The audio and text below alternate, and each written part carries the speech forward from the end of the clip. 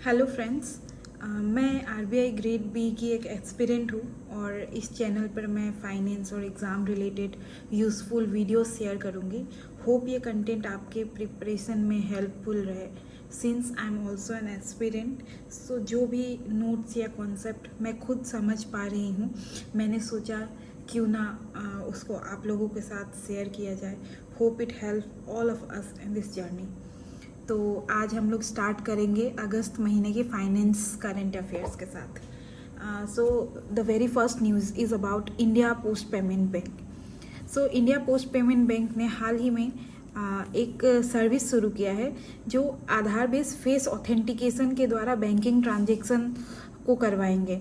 ये मेनली किया गया है आपके एल्डरली और डिसेबल्ड पीपल जो है उनके लिए, क्योंकि जो एल्डरली पीपल होते हैं या डिसेबल्ड पीपल होते हैं उनका बायोमेट्रिक ऑथेंटिकेशन में दिक्कत आता है।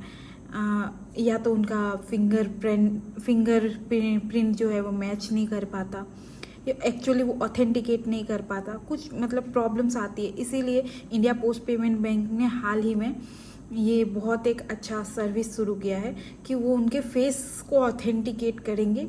मे भी हो सकता है कुछ रेटिना वगैरह कैप्चर करे, समथिंग लाइक दैट। तो मैं यहाँ पे एक्चुअली शॉर्ट वीडियो शेयर करने का सोच रही हूँ, तो हम इसको फटाफट करेंगे ताकि ये रिवीजन में हमारे हेल्पफुल रहे। और नेक्स्ट न्यूज़ है अबाउट द दर्पण इनिशिएटिव। इसका फुल फॉर्म है digital advancement of rural post offices for the new India. ये लॉन्च किया गया है हमारे कम्युनिकेशन मिनिस्ट्री के द्वारा। इसके अलावा मैंने यहाँ पे ये हमारा सेल्फ रेगुलेटरी ऑर्गेनाइजेशन जो है उनके बारे में लिखा हुआ है, जो आपका कंप्लायंस कल्चर को बढ़ावा देता है। तो माइक्रो फाइनेंस सेक्टर में 2 सेल्फ रेगुलेटरी ऑर्गेनाइजेशन है, साधन और MFIN. MFIN stands for micro finance industry network. अगला है फाइनेंशियल लिटरेसी प्रोजेक्ट के लिए कुछ सेंटर्स बनाए गए हैं, जिसको 2017 में आरबीआई के द्वारा लॉन्च किया गया था। तो हाल ही में न्यूज़ में था, इसलिए मैंने इसको यहाँ पे नोट डाउन कर रखा है। एट प्रेजेंट मार्च 2025 के आंकड़े के मुताबिक अभी इंडिया में टोटल 2421 में 2421 centre for financial literacy work कर रहे हैं। अगला न्यूज़ है, अभी आरबीआई ने रिसेंटली माइक्रो फाइनेंस लोन का जो डेफिनेशन है उसको चेंज कर दिया है। अभी आरबीआई ने किया है कि जो भी माइक्रो फाइनेंस लोन होगा वो collateral free loan in household को देंगे without collateral up to ₹3 lakh. मतलब 3 लाख तक लोन के लिए आरबीआई कोई भी कोलेट्रल लेने से मना कर रही है बैंक को, जो इसको माइक्रो फाइनेंस लोन की कैटेगरी में रखा गया है। अगला न्यूज़ है, एक वेबसाइट लॉन्च किया गया है पीएफआरडीए के द्वारा डिजिटल इंगेजमेंट और सर्विस डिलीवरी जो पेंशन सेक्टर में है उसको बढ़ावा देने के लिए। तो उस प्रोजेक्ट का नाम है आपका कनेक्ट प्रोजेक्ट। अगला न्यूज़ है अबाउट द को लेंडिंग अरेंजमेंट। अभी हाल ही में आरबीआई सर्कुलर में था को लेंडिंग अरेंजमेंट के बारे में, कि जैसे कि 2 इंस्टीट्यूशन मिल के साथ में लोन देना चाह रही है, तो उसके रिलेटेड कुछ सर्कुलर शेयर किया गया था। मैंने यहाँ पे शॉर्ट में लिखा है ताकि ये हमारे रिवीजन में हेल्पफुल हो। मुझे जो इम्पोर्टेंट लगा मैंने उसको लिख रखा है यहाँ पे।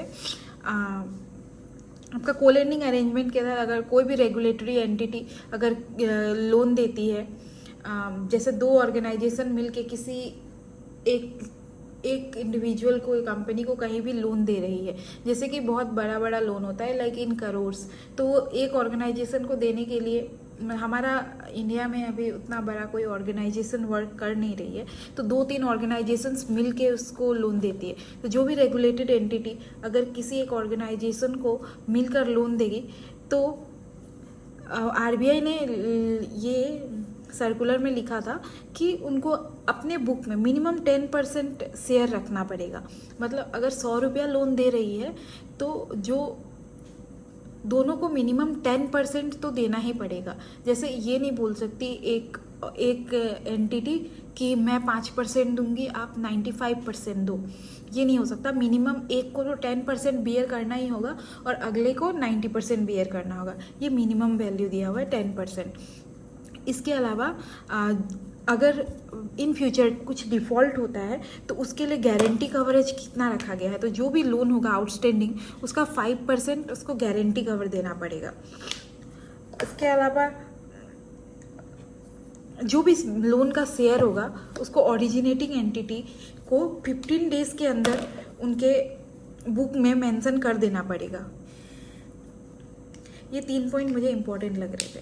अभी नेक्स्ट न्यूज़ है, जून 2025 में अनक्लेम डिपॉजिट होता है, जो डिपॉजिट 10 इयर्स तक कोई क्लेम नहीं करते बैंक में, तो वो आप लोगों को मालूम होगा deposit education and awareness fund जो आरबीआई मेंटेन करती है उनके अकाउंट में चला जाता है। तो अभी हमारे इंडिया में जून 2025 तक टोटल अनक्लेम डिपॉजिट बैंक्स के पास 67,003 करोड़ रुपीस है, जिसमें से लार्जेस्ट शेयर है पब्लिक सेक्टर बैंक में एसबीआई, पीएनबी और कैनरा बैंक का, और प्राइवेट सेक्टर में ICICI, HDFC and axis bank का।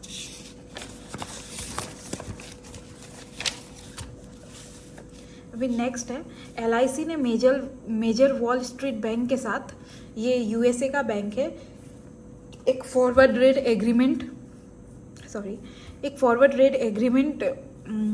ज्वाइन किया है $1 बिलियन का, क्योंकि आने वाले समय में महंगाई बढ़ने वाली है, इंटरेस्ट रेट बढ़ने वाले हैं। उस महंगाई को हैज करने के लिए, इंटरेस्ट रेट के रिस्क को हैज करने के लिए एलआईसी ने मेजर वॉल स्ट्रीट बैंक के साथ में ये $1 बिलियन का फॉरवर्ड रेट एग्रीमेंट साइन किया है।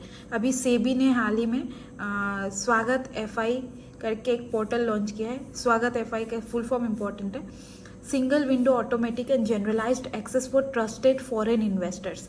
ये सेबी के द्वारा प्रपोज किया गया है। जैसे कि मैंने बताया, ये एक्चुअली फॉरेन इन्वेस्टर्स जो है उनके लिए मार्केट एक्सेस को यूनिफाई करेंगे।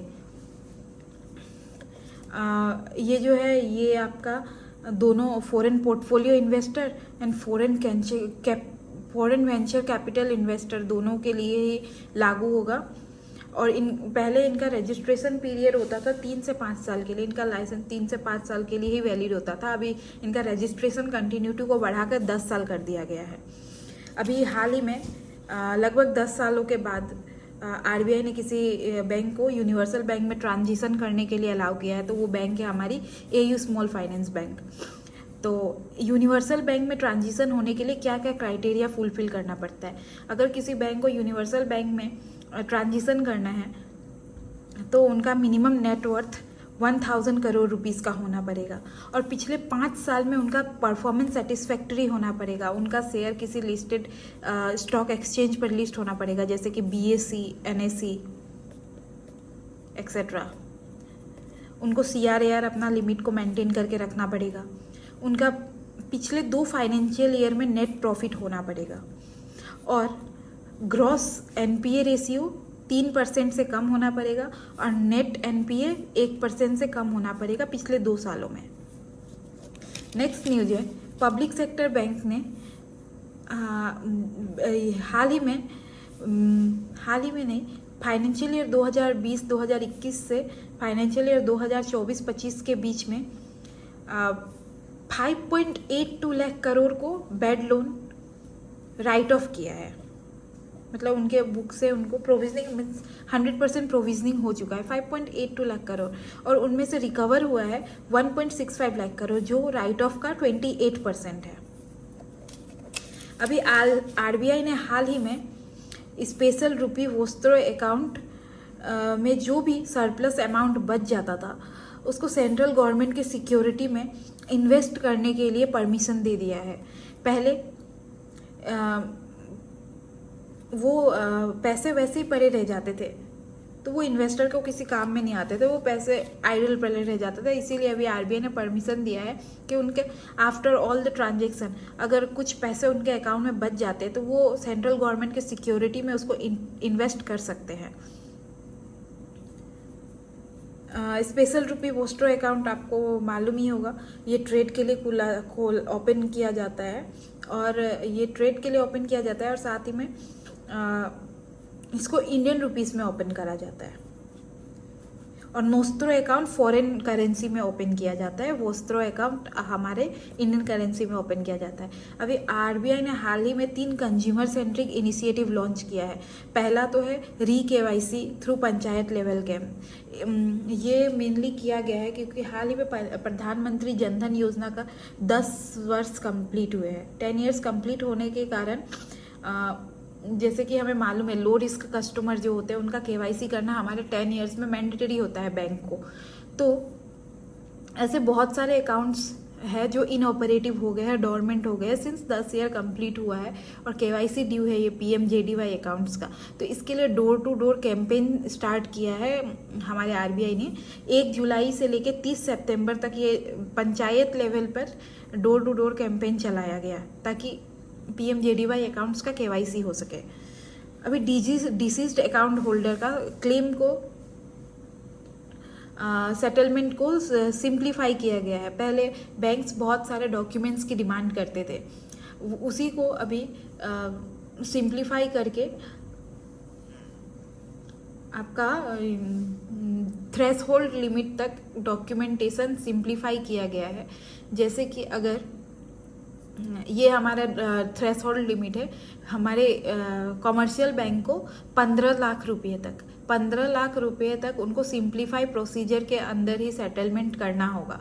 और ये कोऑपरेटिव बैंक के लिए लिमिट फिक्स किया गया है 5 लाख रुपये। उसके ऊपर बैंक्स अपने हिसाब से डॉक्यूमेंटेशन की डिमांड कर सकते हैं, but up to the threshold limit वो किसी जटिल डॉक्यूमेंट का डिमांड नहीं कर सकते। जो हमारा सिंप्लीफाई प्रोसेस आया है एज पर आरबीआई सर्कुलर, उसी के अकॉर्डिंग जाना होगा। और इसमें और एक पॉइंट है, बैंक या कोई भी इंस्टीट्यूशन जब डॉक्यूमेंट कस्टमर से रिसीव करेंगी सेटलमेंट के लिए तो विद इन 15 डेज उनको सेटलमेंट क्लियर करना होगा। और अगला आया है रिटेल डायरेक्ट प्लेटफॉर्म को अपग्रेड किया गया है ताकि वो ये अलाउ किया है इंडिविजुअल को गवर्नमेंट सिक्योरिटी में इन्वेस्ट करने के लिए। ये रिटेल डायरेक्ट प्लेटफॉर्म 2021 में लॉन्च किया गया था।